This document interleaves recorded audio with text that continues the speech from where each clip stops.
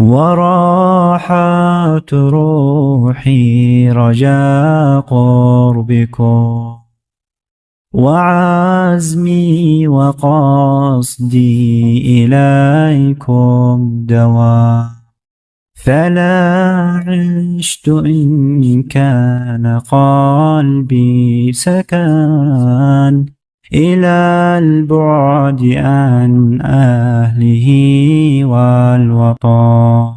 لا تنسوا الإعجاب بالفيديو والاشتراك في القناة تشجيعا لنا لنستمر بنشر المزيد إن شاء الله.